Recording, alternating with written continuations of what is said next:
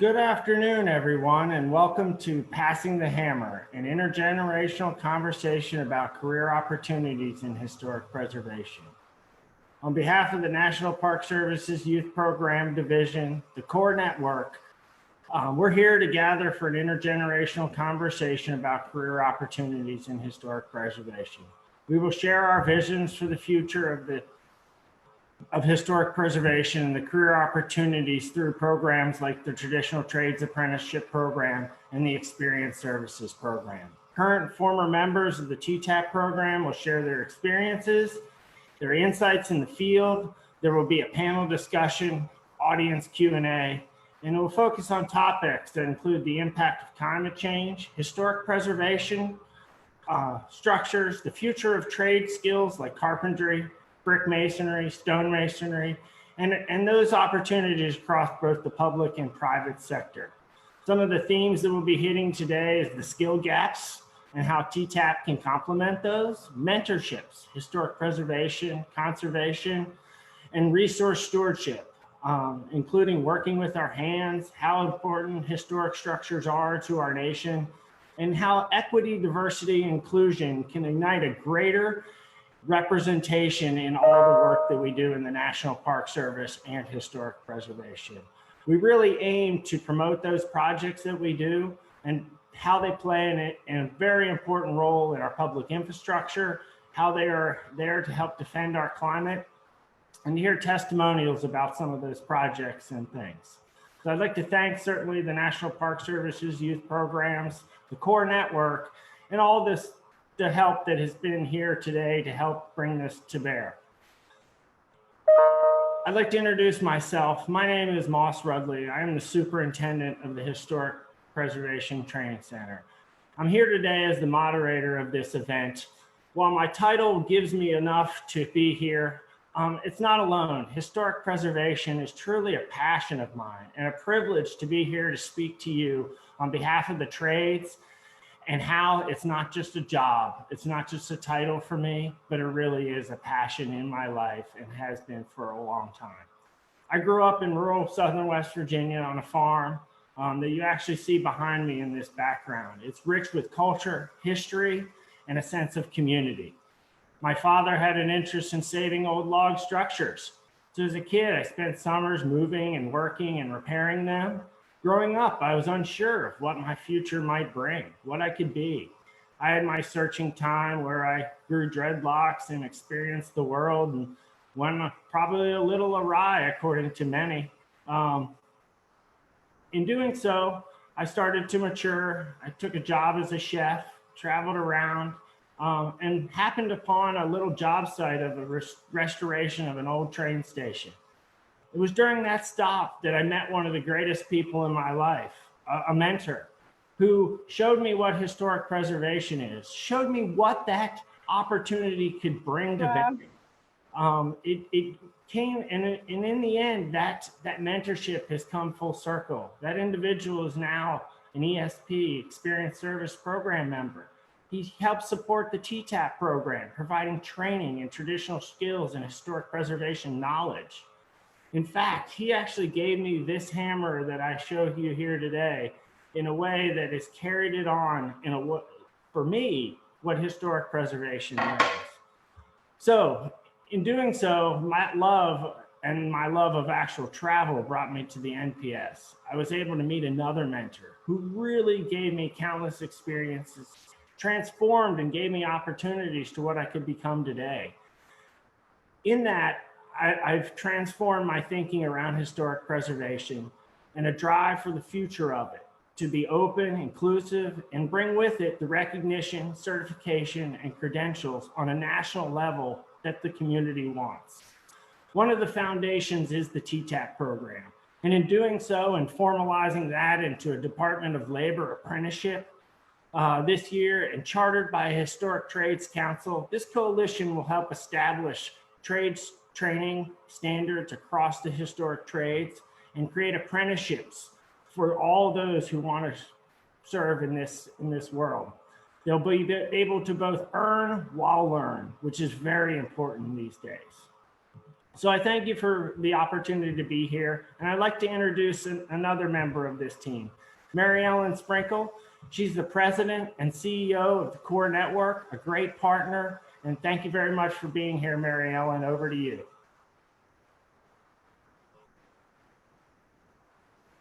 You're on mute. Thank you. You'd think after 18 months of doing this, I would have it nailed, but I do not. Thank you. I'm the president of the Core Network, which is the National Association of Service and Conservation Corps, and we and our member corps have been partnering with the National Park Service and other federal land management agencies for decades. Actually, our predecessor, the Civilian Conservation Corps of the 1930s, is responsible for a lot of the historic properties and facilities that that Moss is currently that we use today, and that Moss and his team and others are responsible for preserving.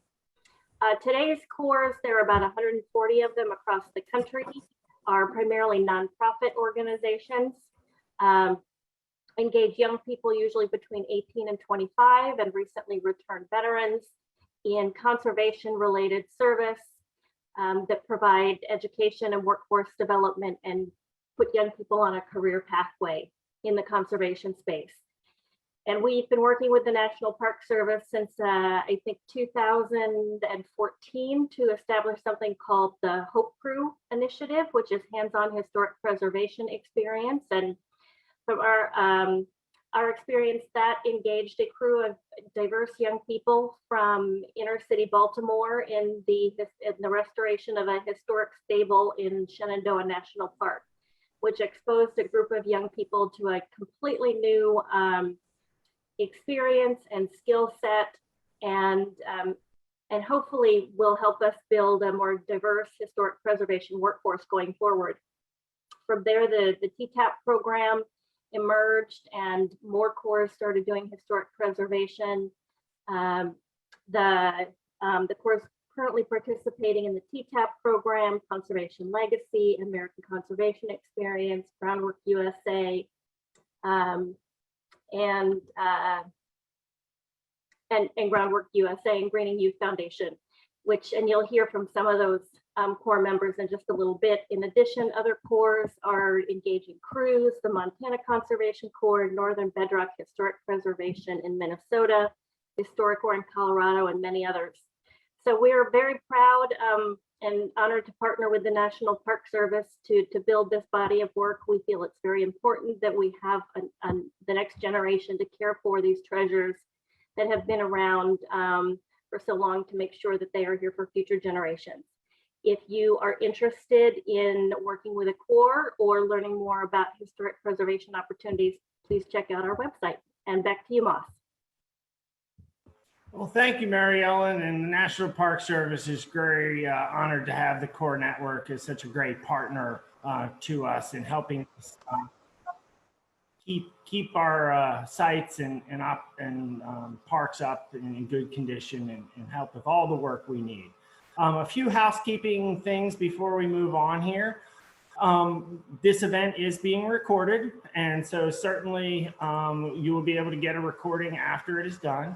If you have questions for any of the panelists, please put those in the chat and include your name, possibly your title, and any affiliation you would have. And then finally, there should be a live caption link in the chat for those who may need it to follow along. So again, thank you, Mary Ellen, and thank you to the Core Network for helping sponsor this event. I'd like to take a moment now and play the Traditional Trades Apprenticeship video, which helps to give you an insight into what the TTAP, or Traditional Trades Apprenticeship Program, is. So please roll that tape now. Thank you.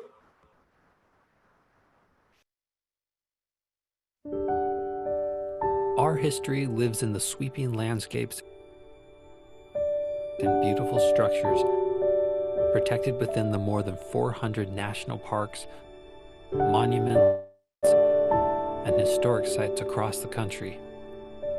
Over the years, though, these historic structures have begun to show their age. And as woodworkers, architects, metalsmiths, and other trades masters retire, we need skilled craftspeople to take their place. The Traditional Trades Apprenticeship Program of the National Park Service is preparing the next generation to take on the challenge of preserving historic structures. Young adults and military veterans work side by side with craft experts to learn skills such as masonry, carpentry, and building maintenance, as well as the foundations of historic preservation in amazing places across the country. They repair monuments, refurbish historic cabins, rebuild masonry walls, and more. In doing so, they preserve the very stories that define us as a nation. To learn more or to join a crew, visit our website.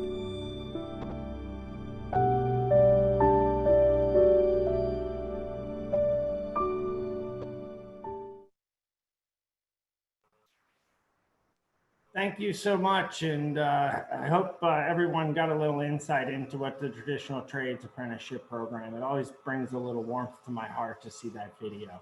At this time, I'd like to ask our panel or speakers to please turn on their cameras so they're available. And we're going to move into the next part of our program here and introduce our speakers. And we'll be giving them a chance to introduce themselves and talk about their experiences. So I'd like to first introduce Charlie Pepper. He's the former program manager of the Olmsted Center for Landscape Preservation of the National Park Service. He's currently a training specialist working with the Experiences Service Program for the National Park Service's Traditional Trades Apprenticeship Program, as well as supporting other training initiatives across the National Park Service. Welcome, Charlie, and over to you. Thank you, Moss, and good afternoon, everyone. I'd like to also thank the National Park Service Youth Program Division and the Core Network for first creating this opportunity and then for inviting me to participate. As Moss mentioned, I work with the National Park Service, excuse me, in historic preservation for over 30 years, principally in cultural landscape preservation. And during my National Park Service career, I had the opportunity to work with many incredibly talented professionals to protect and preserve places that really define us as a nation and are truly part of our collective American DNA. But I also have been very fortunate to be involved with education and training programs for interns and employees from entry level to professionals. And being part of these programs, these educational programs, has truly been the most enriching aspect of my career, particularly working with young people who are just beginning to explore an interest in historic preservation. In preparation for this session, I was reminded of an experience that I had when I was just starting out in my career. I was hired as a seasonal gardener at the Frederick Law Olmsted National Historic Site in Brookline, Massachusetts, just outside of Boston. And only a couple of weeks into my job, my supervisor gave me the assignment to have a large oak removed because it had been damaged by a storm and was threatening to fall on an adjacent historic structure. He provided me with the name and contact information for a contractor and set me on my way to arrange for the work to be done. The tree was pretty easily removed and cut down by the contractor to a large 4-foot diameter stump. And next, the contractor brought in a large backhoe and excavated the stump out of the ground, just extracted it. And just as the flatbed trailer with the stump was being hauled away, just so happened that the regional archaeologist drove up to the site, and he had been previously unaware of the tree removal project. Well, this isn't the right forum to share his exact words that he said to me, but let's just say he was somewhat annoyed that a 7-foot wide and 6-foot deep crater had been dug in a rich archaeological area. Well, interestingly though, he recognized the situation as a learning opportunity. And he challenged me to think about alternative ways that this type of work could be accomplished while protecting and preserving the range of resources at a historic property. Well, the options for sensitive removal of stumps from historic properties is a very interesting topic that I'm sure everyone on the call is very interested in, and I'd love to share that with you. The importance and relevancy of this particular experience is the relationship and bond that it fostered for me as a young person just starting out with a seasoned professional who served as a mentor, who I continued to work with and learn from as I progressed through my career. Now working with the National Park Service Experience Services Program in partnership with the National Older Workers Career Center, NOWCC, my role is now reversed and has come full circle, as Moss had mentioned earlier. And now I'm working as a mentor to engage young people in exploring their interests and career pathways in historic preservation, continuing the tradition of passing the hammer on to the next generation of historic preservation. So back to you, Moss.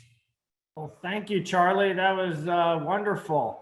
Our next speaker is Mitsa Leon. She's a current historic preservation masonry apprentice with the American Conservation Experience, and she is stationed at San Juan National Historic Site. Welcome, Mitsa. Thank you for being here. Over to you. Hi, guys. Hi, thank you, Moss. Hi, my name is Mitsa Maldonado, and I am from San Juan, Puerto Rico. As Moss mentioned, I'm currently a masonry apprentice at San Juan National Historic Site. I've always been passionate about history, cultures.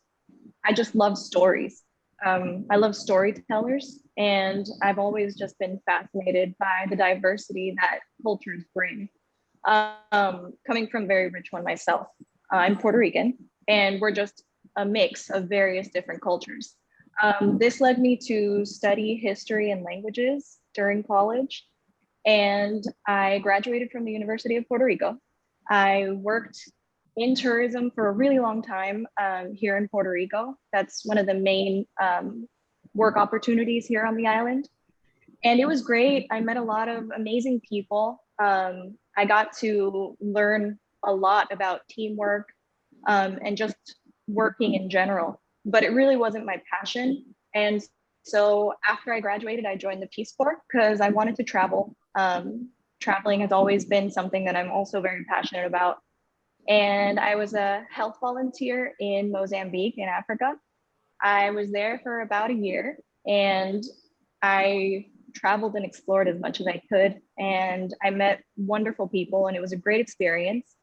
But it was time to come back to the US and face reality. And so went back into the job market, again in tourism, worked at the Met for a while, just lived all over the place, and I felt a little lost. I didn't think I was gonna find what I actually liked professionally until living out in Utah, of all places that I never thought I would be in. I found the masonry apprenticeship job posting, and I applied, and then I came back home. And so currently I'm actually gonna start as a maintenance worker at this park with the Cultural Resources Division. That's gonna be coming up after I finish my apprenticeship. And I'm super excited. It's gonna be a new chapter. I found something that I'm really passionate about, or that I actually enjoy doing work-wise. And yeah, I'm stoked for this next chapter in my life. Thank you, Moss. Back to you. Well, thank you so much. And that's fantastic. And congratulations on your next chapter. Our next speaker is Uriah Williams. She is a former intern and program lead of Branching Out Youth Exploring Resource Stewardship with the National Park Service. Currently a teacher with Stephen T. Mather Building Arts and Craftsmanship High School. Uriah, over to you and welcome. Thank you, Moss. Hi, everyone. Again, my name is Uriah Williams. I am originally from Boston, Massachusetts, now located in New York City. You guys, I'll explain my logos up in the top so you can see the National Park Service logo, the Branching Out Program logo, and the Mather High School logo. I am currently a career and technical education teacher at Stephen T. Mather High School in New York City, teaching botany and landscape management. For those who may not know what Stephen T. Mather High School is, this was a high school that was founded in partnership with the National Park Service and the Department of Education in New York City to focus on the trades of historic preservation for our national parks. I am also the program lead of the Branching Out program for New York City, where I originally got my start with the National Park Service. I started my career with the Olmsted Center for Landscape Preservation, like about 15 years old in Boston, Massachusetts, and the Charlestown Navy Yard. I joined the team and I was nervous, of course. I was like a junior in high school, 15 years old. I was like, I don't know if I'm really up for like working outside, climbing trees, working with arborists, but I still did it anyway. And through this opportunity, I've had a lot of great mentors through the years. I've had many opportunities to visit national parks, Adams National Historic Site, Longfellow, Olmsted, Kennedy, plenty of sites in Boston, Massachusetts, but also in the Northeast region. And this is how I really developed and began to love what I've done with the National Park Service. Eventually moving on to New York City to work at Mather High School, but first starting a Branching Out program in New York City prior to becoming a teacher. So over the last 8 years at Mather High School, I have been working with youth exploring the trades and also offering them youth employment opportunities through the Branching Out program. And it's my pleasure to speak with you all today. Thank you, Moss. Back to you. Well, thank you so much, Uriah. That was great. Our next speaker is Hannah McLaren. She's a preservationist intern with the Traditional Trades Apprenticeship Program located at Chickamauga, Chattanooga National Military Park. Welcome, Hannah, and over to you. Thank you, Moss. So yeah, I'm Hannah McLaren. I'm currently a TTAP member. I work at the Chickamauga, Chattanooga National Military Park, working as a historic preservation intern. But I first got involved sort of working with public lands through the Southeast Conservation Corps, which is also a program of conservation legacy. And I actually served my first term when I was 18 on a youth crew, fresh out of high school. And my mom told me about it. So shout out to Joanne for also looking out for her son to get good jobs. I just really enjoyed my first experience working outdoors, taking care of a national park that I never thought it would feel so close to me. And then I went off to college for environmental science, came right back to the Southeast Conservation Corps the following summer and did a trail crew. And that was really hard work and I really loved it. So I stayed for another season and had the opportunity to become an assistant crew leader. Then came back the following summer. Basically, I just keep coming back to conservation legacy, and I owe a lot of my experiences and knowledge to it. Back to you, Moss.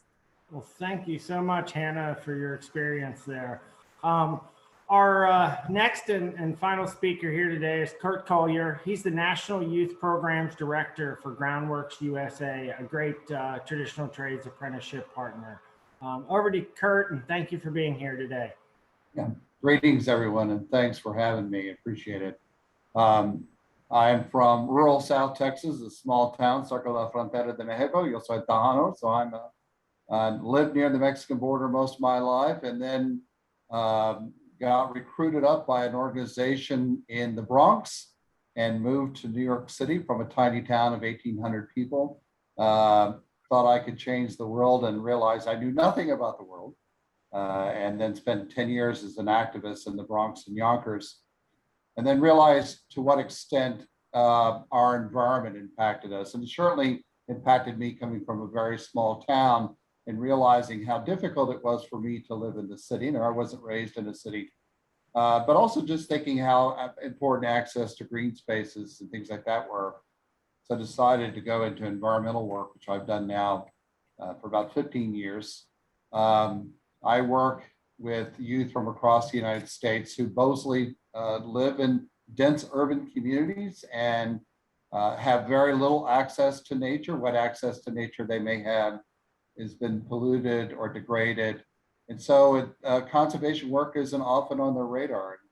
I joined an organization called Groundwork USA. We're focusing on kind of the deindustrialized American and all the mess we left behind in our great country here, and all the brownfields and all the vacant pieces of land, and then how to reclaim those, how to rebuild those kinds of things. And I brought my work as an activist and my appreciation for nature, but also all of the things that I had learned from all of my mentors who were in the cities, including a lot of the youth who I worked with, about what was important, what was needed, what they valued.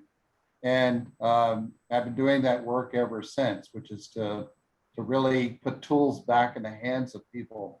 I think to a certain extent, that's about self-determination, that, you know, they're trying to turn us into consumers sometimes, and rather than, as the poet Wendell Berry says, into homemakers. And part of that is to feel things again and touch things and build and redo those things and take control of our lives. So it's exciting to be a part of this whole process and this program.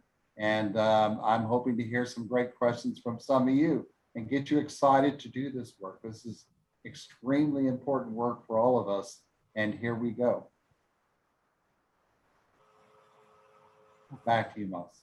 Thank you, Curt. Really appreciate that. And thank you to all the speakers and panel members for their great passion for historic preservation, for the youth community, and the engagement that it brings.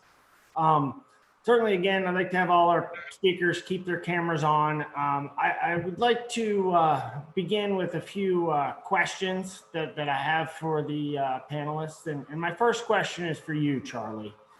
Can you explain more how you have worked with the National Park Service employees and partner organizations that coordinate programs, for example, through the Traditional Trades Apprenticeship Program and the Experience Service Program? How does that mentorship foster relationships, build self-esteem for our youth and veterans that we're engaging with? Over to you, Charlie. All right, thanks, Moss. First I'd say that working in collaboration with partner organizations to engage young people and veterans in resource stewardship is, in my experience, really the ideal approach to creating enriching and meaningful opportunities. First and foremost, partnerships allow each organization to bring their areas of expertise to the table, whether it be recruitment, community connections, youth engagement, professional expertise, logistics. All in each of these are critical aspects of a successful program. Some of the primary contributions to historic preservation career exploration that the National Park Service offers is through the agency's diversity of resources, and certainly the skilled professional employees that are willing and able to forge relationships and serve as mentors for young people. Many of these opportunities that young people engage in national parks are often a first career step, and it's typical through partnerships with other organizations that provide pathways to further explore and engage in higher level experiences. For example, I've worked with young people, Uriah is one of them, that began with an 8-week career exploration program, the Branching Out program, through one partner organization, and then young people return for 12 or more month experiences through other partners, which ultimately, as Nitska mentioned, lead to longer term employment with the National Park Service or other resource stewardship and education organizations. So collaboration between the National Park Service and partner organizations really helps to facilitate successful experiences by providing multiple mechanisms to engage young people. It helps to foster meaningful connections with mentors, provides enriching experiences relevant to their interests, and identify opportunities for pathways forward. The National Park Service can't do all that on their own. It really takes an ecosystem of organizations. One other thing that just to add to it, sort of on the other end of the spectrum where I find myself now, those of us who are experienced professionals, partnerships really provide the opportunity for us to continue engaging with young people to share our knowledge and serve as mentors.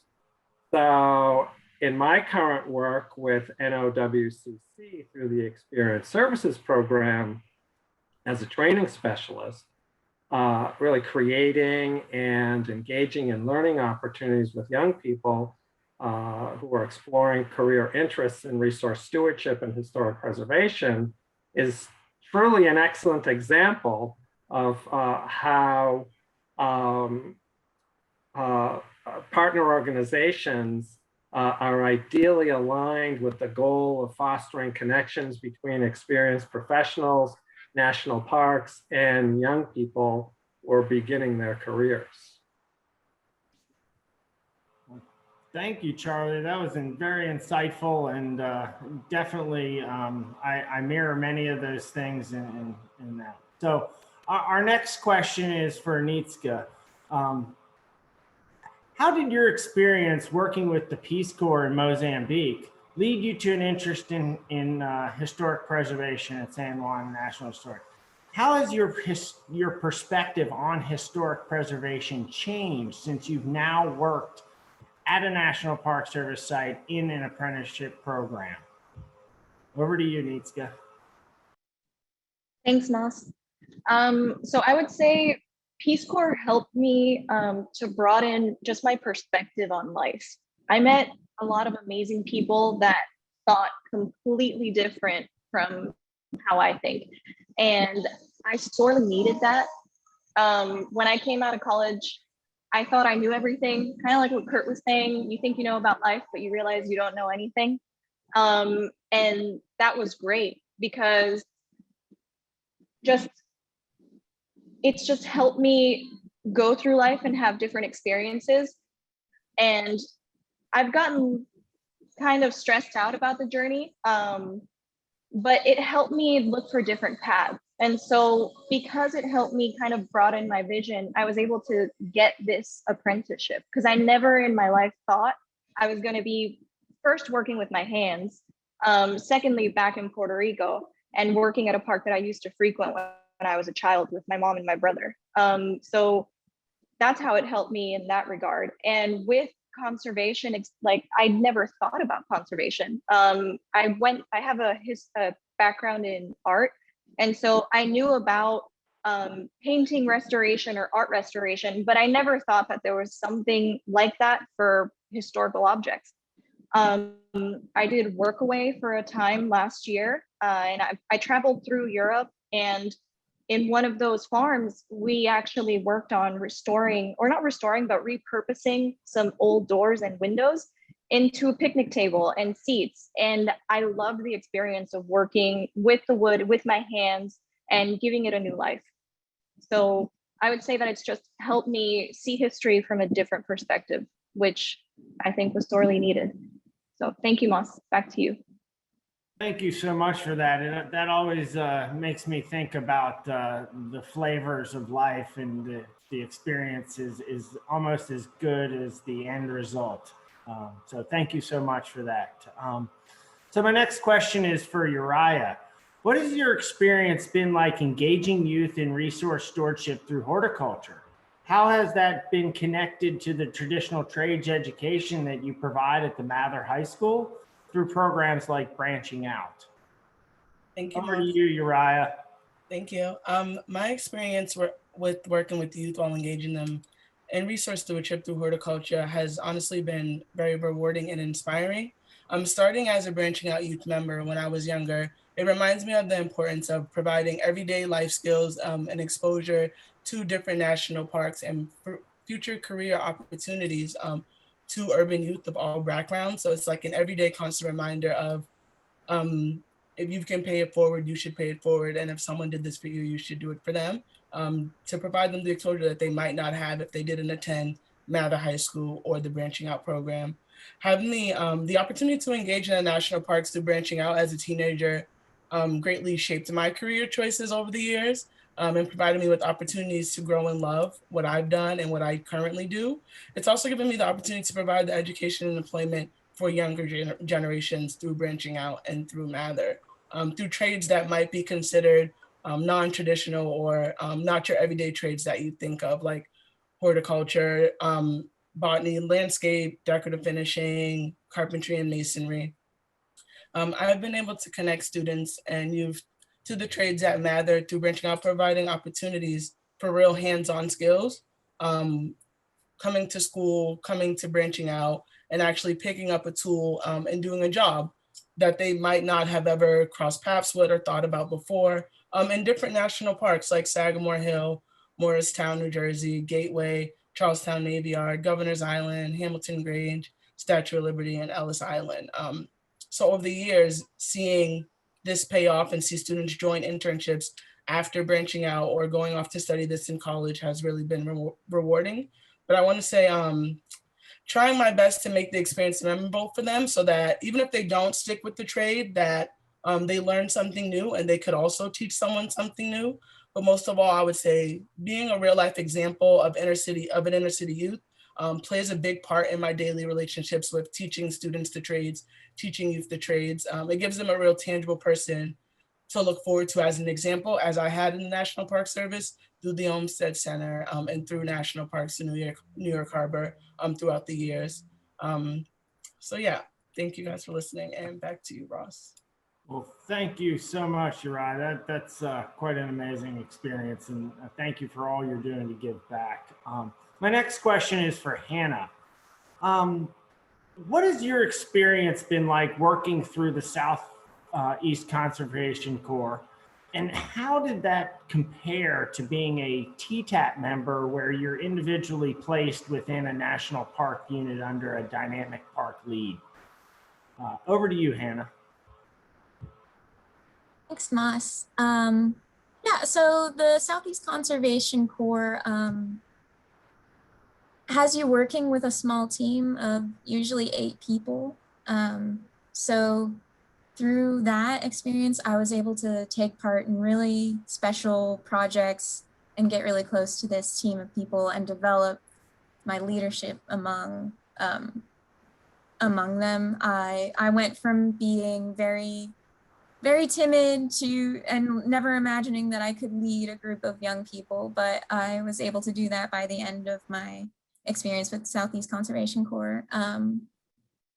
And with TTAP, I'm working a lot more closely with the one particular national park, which is really cool to kind of see the ins and outs of the National Park Service and get the chance to hone my skill set. I'm learning a lot of things I wouldn't have learned otherwise. Like I participated in Charlie's Historic Preservation Fundamentals course.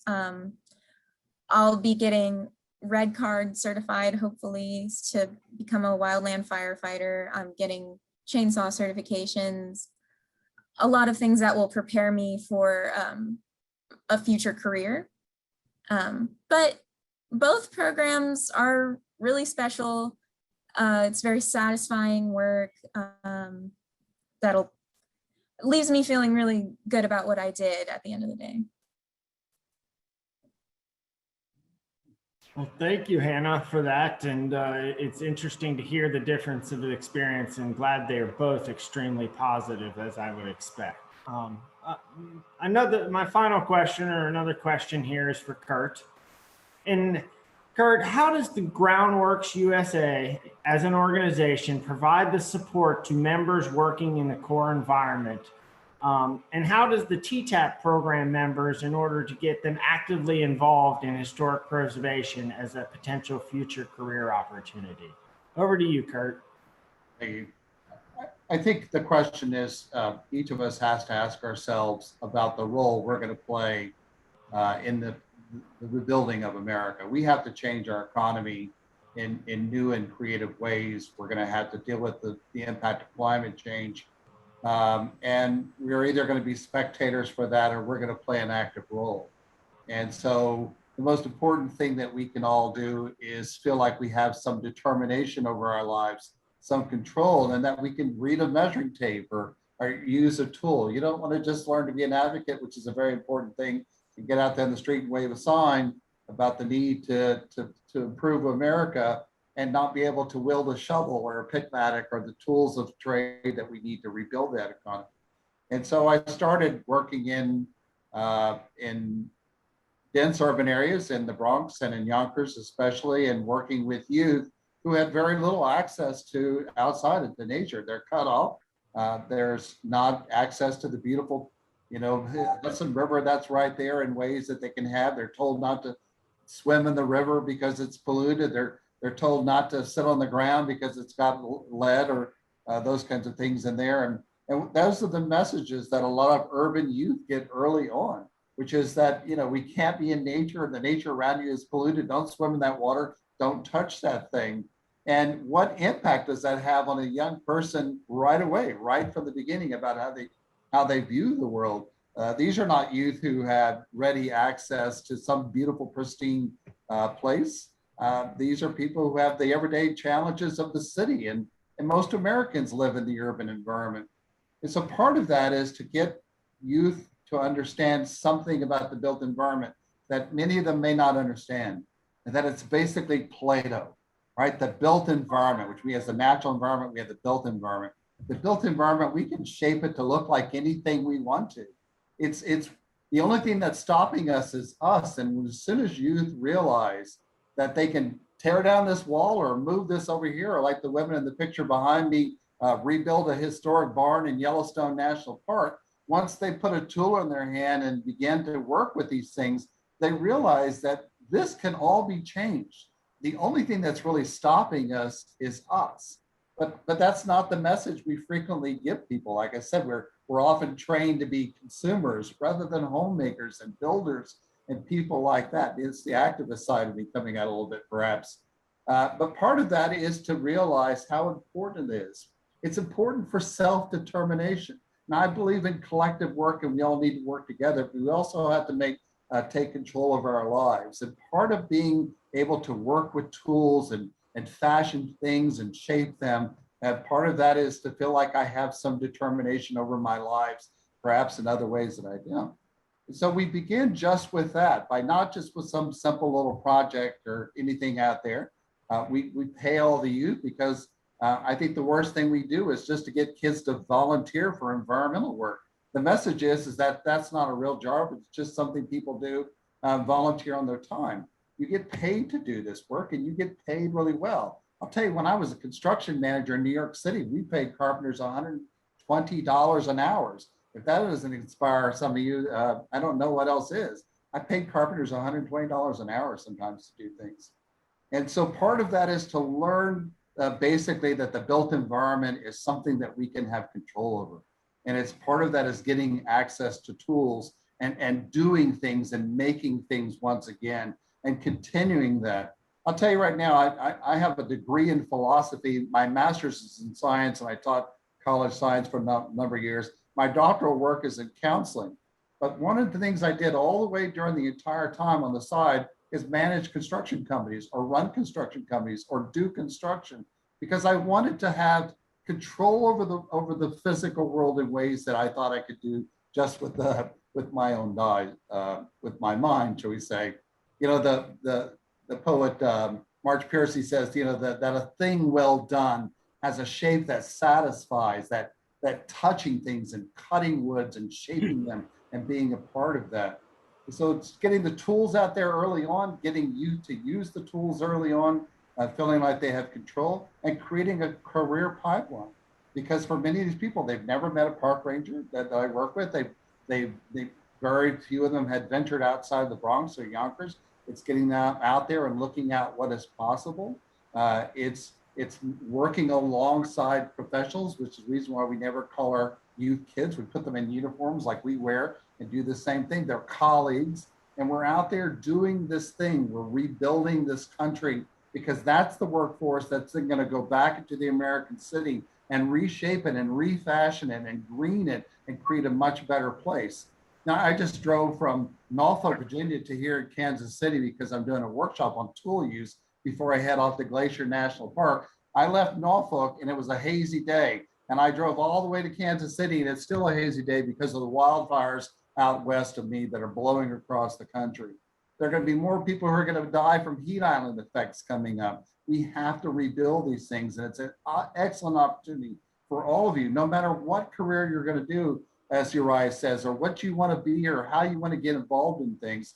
Get a piece of this, pick up a tool and get involved, and we'd love to be a part of that. We'd love to show you how to get on board and create a career pathway, even if you do it for a little while and change something else.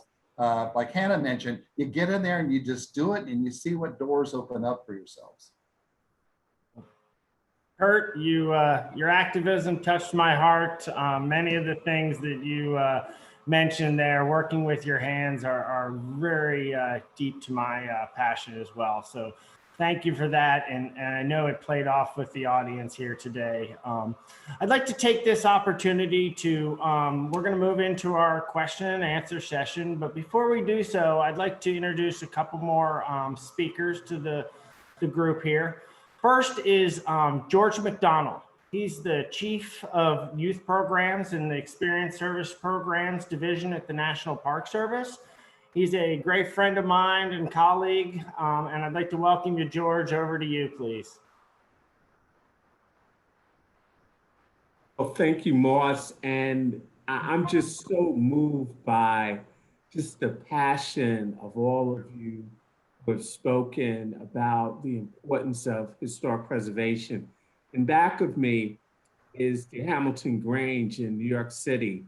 And I always tell a story that this was the first national park that I've ever visited. I was 4 years old and I got to sit on Santa Claus's lap. And this building, when I first went to it in the late 60s, it only showed the back half of the building and it faced Convent Avenue in Harlem, New York. And through the skillful leadership of historic preservation experts in the National Park Service, they found the other half of the house, which I guess was in a warehouse someplace. They put it together and then they put it on wheels and they moved it across the street to put it in a park setting. And now we can see this house. I believe that this house inspired a hit Broadway show. It's transformed culture. And it was about preserving something that was really important. One of the founders of our country, the man who created our banking system, who also incidentally was an immigrant from Jamaica. And culture, historic preservation is not something that's old. It's something that is about us understanding what our fabric is as a country and moving us forward and making sure that we have things to show and demonstrate the progress that we've made. And it's really important that we also look at the new generation that's going to take over this country and take over the world, basically, and make sure that there's appreciation for what's happened and there's appreciation for what needs to happen. And understanding our history is so important, especially our structures. And I'd like to echo what my very good friend Curt Collier had to say around climate change. We just had a town in China that hasn't seen a flood like this in 1,000 years. There's a historic village in Germany that's underwater right now. Once the water recedes, who's going to put back together the historic structures so that there's a memory? There's an institutional memory. It's going to be skilled craftsmen. when the Church of Notre Dame burned down, who did they call? One of the calls that was placed was not just to French architects and preservationists, but there was a call that was placed to Frederick, Maryland, to a man by the name of Moss Rutley, and wanted to see, hey, can you bring your team over so that you can help us with the evaluation of how we can save one of the most important historical religious structures in the world. This is serious, serious business. And you can also earn a very, very good living, and you don't necessarily have to go to college and encumber $200,000, $300,000 worth of debt, but you can actually work with your hands, and what you do with your hands, the world can see and appreciate. So with that, I'm just going to be quiet and just be in awe of what I'm hearing, and hope that there's some inspiration that's being spread across this country when it comes to historic preservation. Thank you so much, George, for that. Our final speaker is Matthew Jacobs. He's the Education and Program Manager of the Stephen T. Mather High School, liaison with the National Parks and New York Harbor Parks of the National Park Service. Welcome, Matt, and over to you. Thanks, Moss. Thanks, everyone. Thanks for the panelists and for all the participants. It's really cool to see people from all around the country, Park Service, parents, the youth interested in preservation, veterans, and I'll just say, as Moss said, I'm the Education Program Manager at the National Parks in New York Harbor, and with responsibility for the partnership with the Stephen T. Mather Building Arts and Craftsmanship High School. I get to work with Uriah regularly and happily every time we get to do a youth project together or program together. And for myself, I am a veteran, military veteran, and was also once a young person.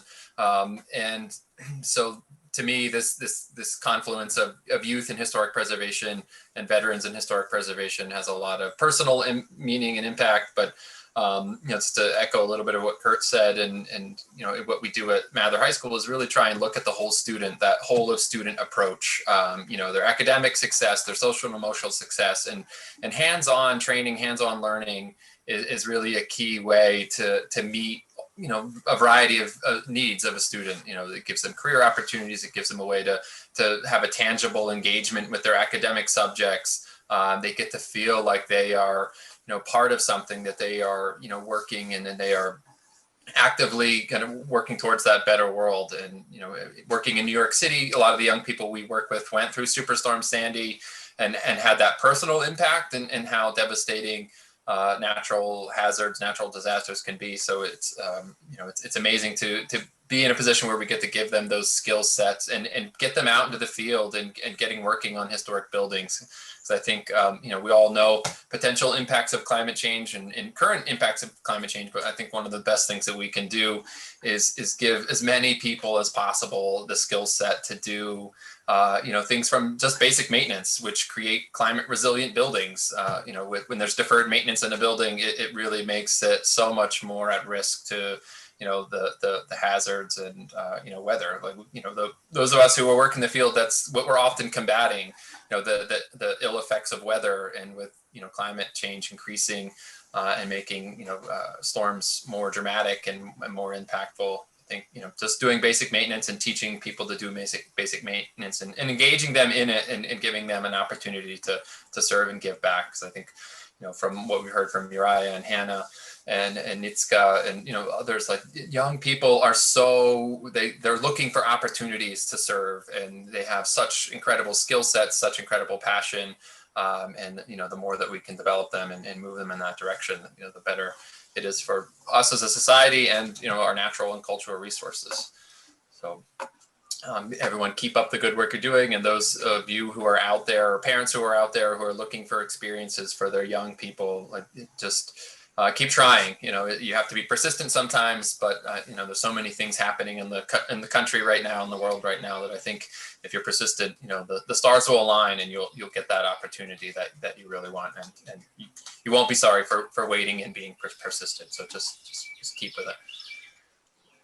Well, thank you, Matthew. That's great. And I will just make a note here that we probably run a little over time. That's quite all right. This is a great subject for us to continue to talk about, and we'll certainly work into some questions here. I would also like to say that we did touch a lot on climate change and the effects of climate on the historic and built resource environment. So certainly climate change is a big factor, and the citizens Climate Core as a concept and an opportunity is certainly something that we all look towards to be both a solution to it, as well as help historic preservation in a way that continues things. So I'd like to move on to our first question here. And that question comes from Billy Joe Thompson. I'm interested in internship, paid or unpaid. I'm in the military and can participate in an intern for up to 6 months while I'm still on active duty. However, I'm only 47, I'm 47, and I know the TTAP and youth programs tend to only go to 30 years for youth and 35 for veterans. If anybody wants to pick that up, feel free to jump in. I'll tell you right now, there's no age limit on getting involved in environmental work and things like that. And depending on what city you are, you can talk with the Core Network, which Mary Ellen Sprinkle just introduced herself. I'd reach out to them and figure out who's in your area and what kind of core work that they're doing, and she can probably help connect you with partners. I would encourage people of all ages. It doesn't matter how old you are to get involved in this work. Let's just do it. And reach out to Mary Ellen Sprinkle and the Core Network. I'm sure there's going to be some information at the end, and we can help find you a partner. Thank you, Curt. I'd also like to let folks know on the program here that the SkillBridge program is a Department of Defense program that the TTAP program is engaged with, and it certainly is tailored to active duty military, which is a group that the National Park Service is looking to engage with to provide opportunity. So certainly take a look at the SkillBridge website. Somebody will drop it in the chat, as well as the Core Network does have partners that do participate in SkillBridge and provide opportunities to all individuals. So thank you very much, Curt. I would say, and reach out to your local park. There are 420, is that the right number? 420 some odd parks around the country. It's very likely that whatever military installation you are on, there's a park, close by that probably has some sort of volunteer and parks program. And, maybe that's a place to get started while you're exploring some of these other avenues. Absolutely, Matt. Okay, on to the next question here. I was wondering how the TTAP or other similar programs are connecting to participants to open jobs at the end of their service position. We, the Massachusetts Historic Preservation Corps, have made job pipelines with a few window restorations companies, but I'm wondering if we can do better for our participants, especially those who want to be NPS employees. George, I'm going to pass this one to you. Oh, Moss, could you just repeat that question one more time? Yes. So the question was from SCA, and they were wondering how the National Park Service is connecting participants to open jobs at the end of their service time. And they basically state that they have created some job pipelines with certain window restoration companies, and are wondering if we can do better for our participants in the NPS. Well, the answer to that is we can do a lot better. And what we are right now in the process of doing is that with a number of these programs that we have, especially through the Traditional Trades Apprenticeship Program, a number of our service partners, such as the Student Conservation Association, Groundwork, Greening Youth Foundation, et cetera, we have special hiring authorities, and they allow you potentially, if you meet certain qualifications and certain standards that you can potentially be hired into federal positions outside of the standard competition. And we just today had a meeting around some of the updates and revisions that are being made to that guidance so that it actually works better for people who are applying for these particular positions. We're also developing, and we're in really about 75% finished with the development for the first time of a digital portal, which will house all the participants, the 6,000 or 7,000 participants that work in these projects across the country, and be able to then provide information to these participants about potential job openings, and then also share that information with hiring officials throughout the service so that there's a matchmaking that gets done, and doing it smartly and doing it in a way that takes some of the complexity and craziness out of the federal jobs sort of application process, which I still haven't figured out. And I've been in this game for quite a while. But I will say, we are hiring. We are not, I think that we need to fill about 25% more of our workforce right now. We're down 25% in our overall workforce, almost across all of our major career fields. And we also have a lot of people who are retiring. So we've got the boomers, people who come after the boomer, our generation, such as myself. I'm in my 50s now. I don't know how much longer I'm going to be doing this. And someone's got to come in and fill those shoes. So right now, the key is getting your skill set, getting your qualifying experience, and then we're going to help you to figure out how to come in and save the world, potentially through the National Park Service, which I hope that many of you will do. Well, thank you, George. I'll just add, as a hiring official in the National Park Service that looks to make these connections, clearly a match.com type a logarithm will very much help connect the dots, and maybe there's a wonderful techie on the phone that can help us get that going. So it is about it's about the relationships, it's about the connections to doing that. So thank you again, George. My next question is for Charlie. Natalie Matthias, I am currently an individual placement steward through Conservation Legacy, but I am a trained archaeologist. Is there any way somebody with my background could participate in masonry or historic preservation apprentice? And this kind of ties to another question from Chris Olmsted of the U.S. Forest Service. Does the TTAP offer any programs in archaeological or pre-contact techniques, such as hand building a Cajun hairgun or primitive flint knapping or other types of interesting trades? Well, Moss, thanks for passing that question on to me, but I truly believe that you are the best person on the panel to respond to those. Well, pass it right back. Thank you, Charlie. I'll take that one back. No problem. Yes, the TTAP program is designed for individuals to get training in historic preservation and the trades associated with historic preservation.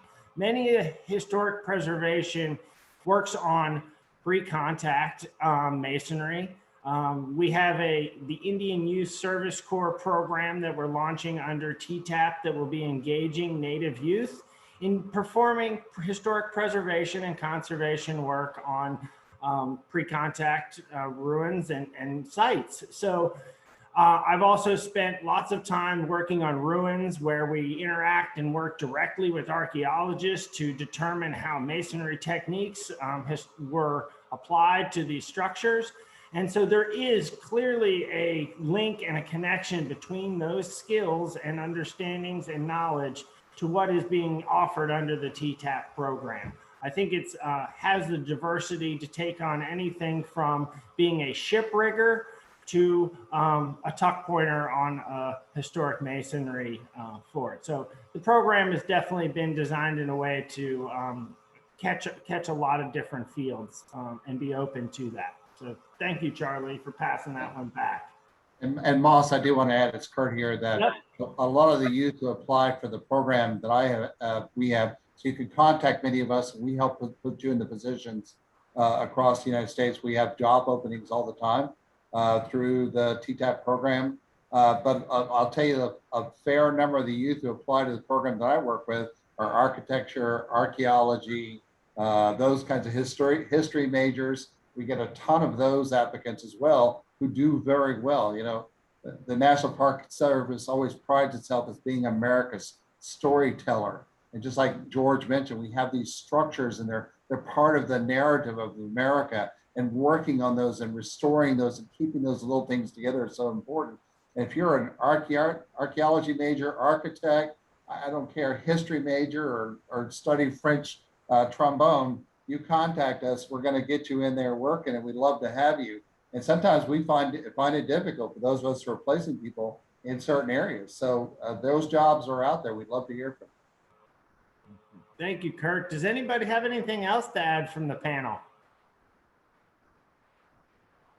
I can say that we've got a very significant archaeological program. We actually have centers across the country dealing specifically in archaeology. For instance, Southeast Archaeological Center, which is based in Florida, they've been working on 18th century sunken slave ships in the Caribbean for about the last 10 years. And we, through our partnership with the Green and Youth Foundation, have provided a number of internship opportunities where you spend the first 3 to 4 weeks training on your scuba diving and figuring out how to write on a tablet underwater.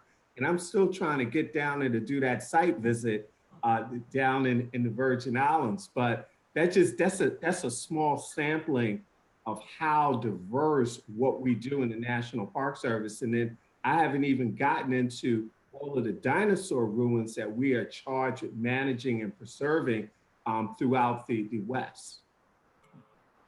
Well, thank you, George. So moving on to our next question here. It's from Ryan Kemphart, at the Cultural Resource Program Manager at Lewis and Clark. Could each or any of the participants list a resource that helped them learn about historic preservation that they wish poor people knew about? And it's kind of has a follow-up here to it from Michael Delgado. Is there an organization or division assisting school districts supporting students who receive special education services? So I'll pass the first one off to you, Matt. Yeah, are you talking about special education being the first one? Yeah. That one. Yeah, I think, and Uriah can certainly speak to this too, because she's in the classroom with a lot of students, but Mather High School has a high percentage of special ed students.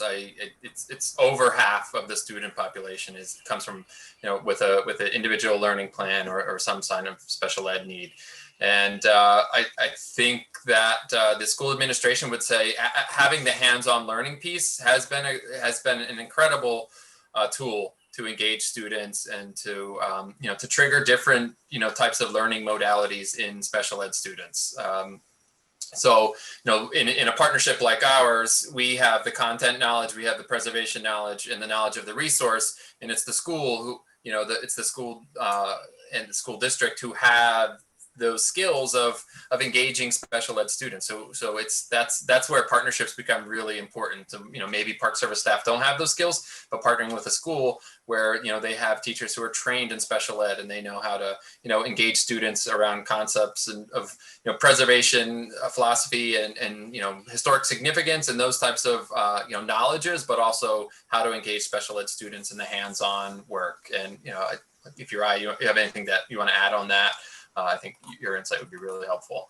Yeah, I just want to add that the special education teachers are working hand in hand with the content teachers who are teaching the trades. So they're helping to develop and redevelop the special education plans for students to help them to differentiate for each trade, whether it be masonry, carpentry, to sort of get them the leg up that they need to be on the same playing field.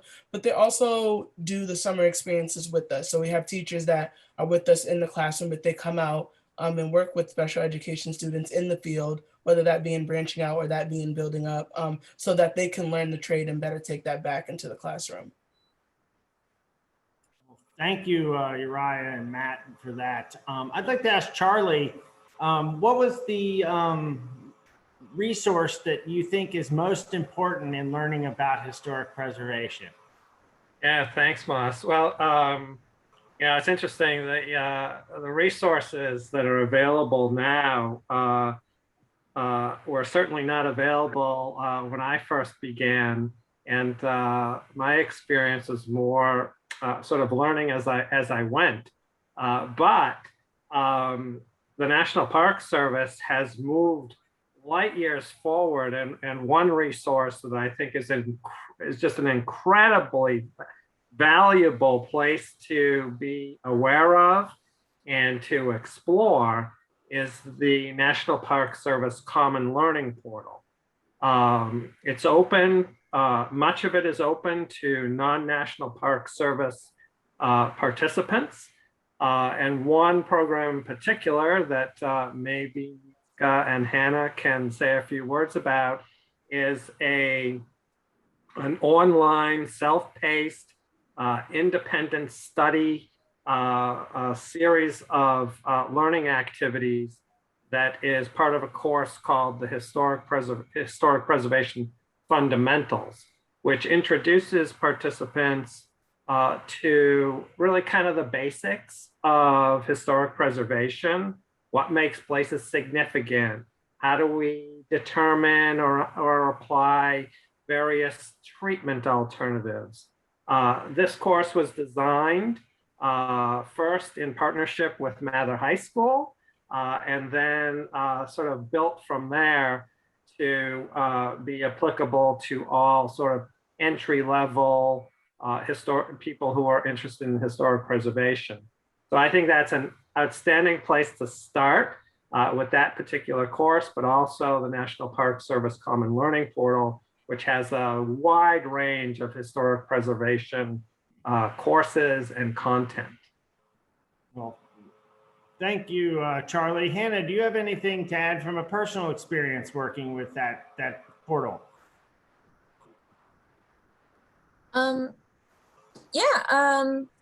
It is very thorough and will really help you gain an understanding of historic preservation if you don't have access to another program or something like that where you have someone mentoring you. This course does that. And it also, helps you reach other resources. Like I was just reminded of, through this course, we used something called the Secretary of Interior's Standard for the Treatment of Historic Properties. And that is basically just a big old guide for how to take care of historic properties and elements of properties. So yeah, I love that course. Well, thank you so much, Hannah. And I will second what Charlie says. It's an open source platform that will allow non-NPS and our partners to have access to that information and that training and learning activities to build from. And it's our hope that those engaging in historic preservation activities and learning will use that resource, and that we're teaching similar stuff across the platforms and across the disciplines of historic preservation. So a next question here that we have is certainly around the workforce and workforce development. This comes from Chris Garland, the VP of Workforce Development for the Center for Workforce Inclusion. And I think this directly ties to the experience service programs. What are some of the ways the National Park Service is engaging older adults with the NPS? So it's from the beginning to the end of their career. And so Charlie, if you're currently have reached the end of your Park Service career, and can you kind of say a little bit about the experience services program and the the group that you're working with and how they engage the National Park Service and other older workers to be part of our workforce. Sure, absolutely. So, yes, so I officially retired from my National Park Service position a few years ago. And currently I'm working through the Experience Services Program through NOWCC, National Older Workers Career Center. And through that program, which is really a program established to connect former employees such as myself that have experience, knowledge, skill that parks are seeking to those parks or programs that are interested in bringing someone with that experience on. So specifically as it relates to my experience, I've been engaged with assisting the Washington office and Moss's program, Historic Preservation Training Center, with developing, creating, and delivering training programs in historic preservation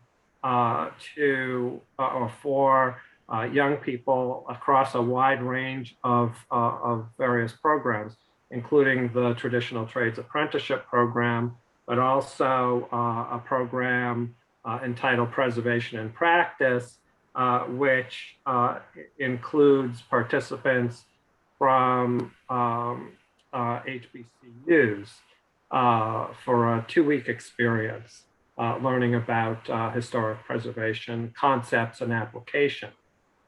So that's kind of been my experience. I would say that the ESP program, and particularly the partner that I'm working through, NOWCC, really makes it seamless. Their ability to find people like myself who still have much to contribute back to the National Park Service, and then really connect them with parks that are in need of that expertise is really, again, it's quite seamless and easy, and has really facilitated those connections in a great way. Charlie, I will second the fact that the Experience Services Program is a wonderful program, and the NOWCC is a great partner to the National Park Service, as well as the other Experience Services partners. It is a great opportunity for both the mentors and the Park Service. So our final, one of our final questions here as we move into this is for Nitska. It comes from Elizabeth, and she is currently a student at the University of Houston studying environmental geology.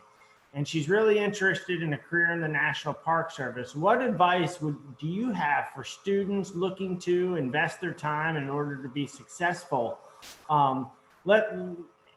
We'll start with you, Nitska, but certainly Uriah and Hannah to follow up behind that, and any insights you can give someone into how to be persistent in finding opportunities with the National Park Service. Over to you, Nitska. Thanks, Moss. I would say look up online. The core network is one of your best resources, and anything that interests you, apply. If you're open to, be open to any and all experiences. Anything that you find, even like just a little bit intriguing, just apply, because you never know, you might get a response back. And I would say that experience is key. If it weren't because of all of the different experiences that I had before my masonry apprenticeship, I wouldn't have been able to get it. So I would say sometimes it might take a little bit of time, but don't get discouraged and just keep trying, because you're gonna, if you really, really want it, you're gonna get it.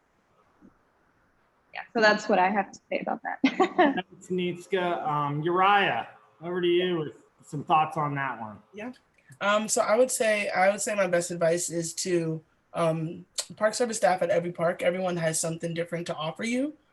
So stay connected with the people from the different parks that you work at, the different parks that you visit. Even the rangers at the front desk have something to offer you. So just be mindful of that. It may take time. It often does take time. A lot of us have been doing this for a while, but it does pay off. So I would say stay connected, join events like this, reach out to us if you need support. That's my best advice. Stay connected. Well, thank you, Uriah. And Hannah, you have any thoughts on that as you look to navigate your next steps? Yeah, well, I would just add that if you're trying to get involved in the first place, volunteer.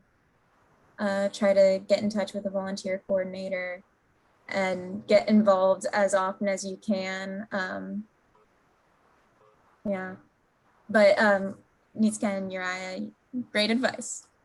So, well, thank you, Hannah. And that's it's about the connections. It's about the relationships. I'd like to pose that same question to Mary Ellen with the Core Network and how the Core Network is working to foster those relationships and help connect people to the National Park Service. Over to you, Mary Ellen, if you're still with us.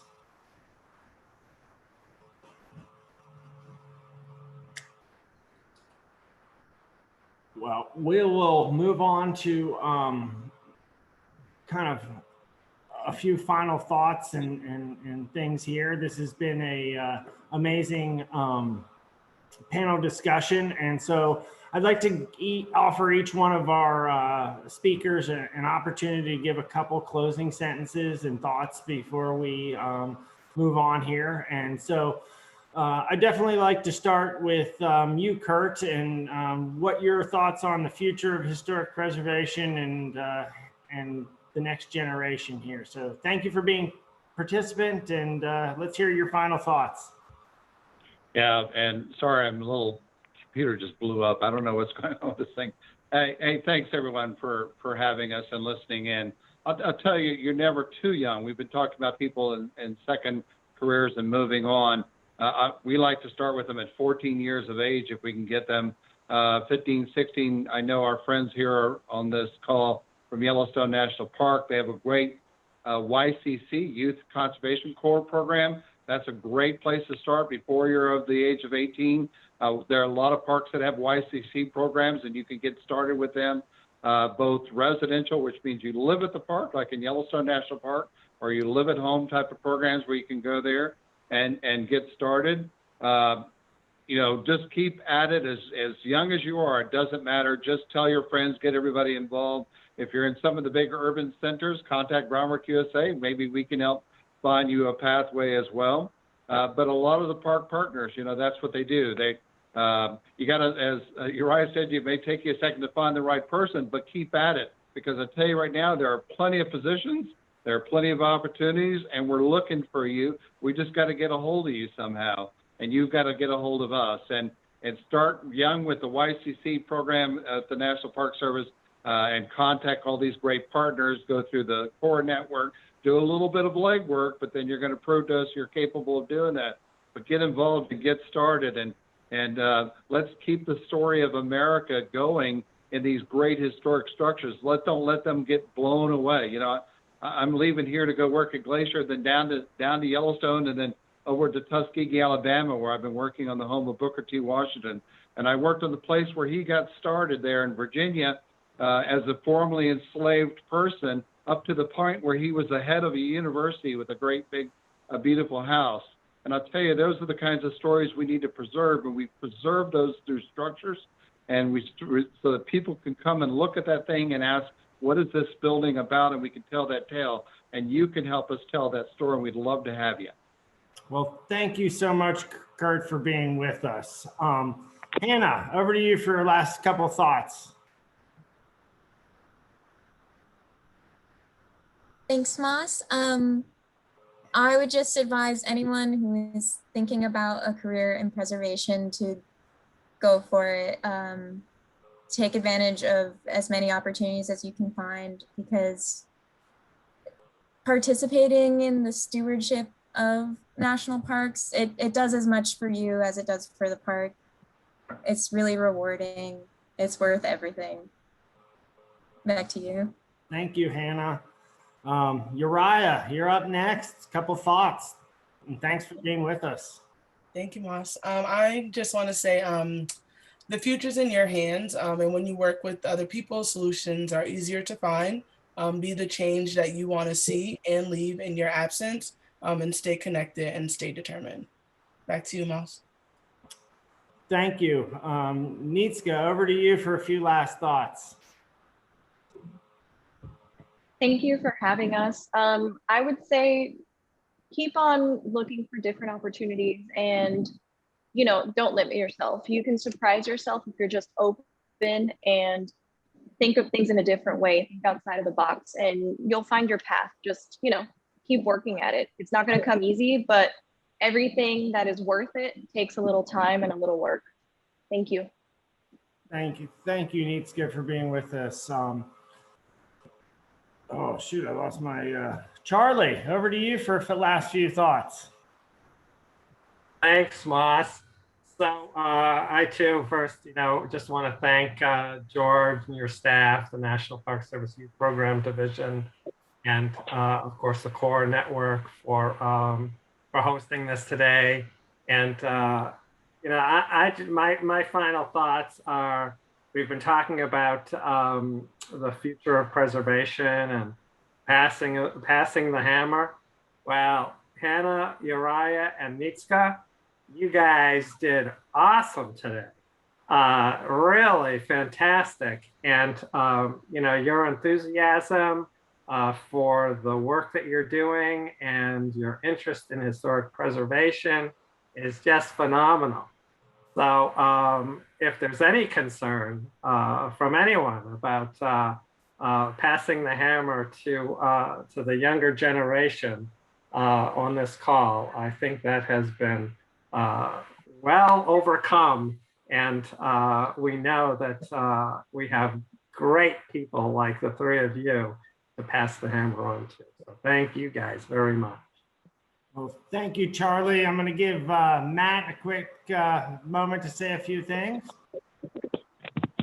Thanks, Moss. Yeah, I just it sounds a little cheesy, but just believe in yourself. I think often young people, I've got a teenager myself, often think that you can't have an impact, but I think that the reality is that you can.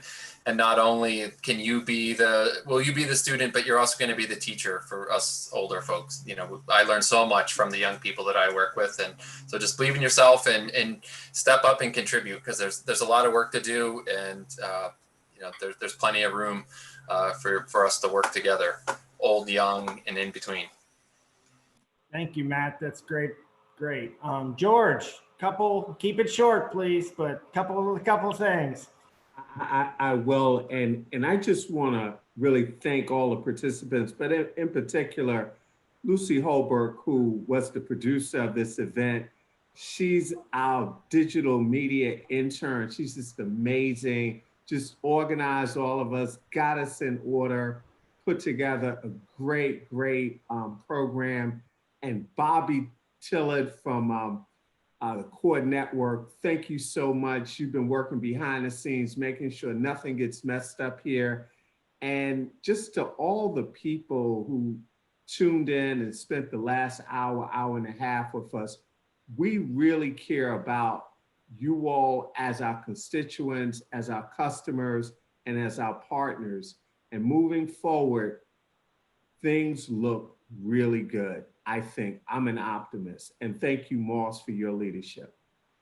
Well, thank you, George. And I would like to leave everyone who participated today with a feeling that this has been a wonderful experience for me. It has renewed my vigor for historic preservation, for the youth of America, for the veterans of America, and for our ability to build back and build our communities and be a greater place for my children, everyone else's children, and the youth of America. With that, I say thank you. I pass my hammer. We have wonderful people out there to do it, and I look forward to the day that I too can see that fruit. So thank you, everyone. There's some great information on the screen here. Feel free to reach out if you have any questions. Again, thank you, Lucy, for all your work and the team that has put this together. Have a great afternoon, and Godspeed. We'll talk soon. Bye, everyone. Bye.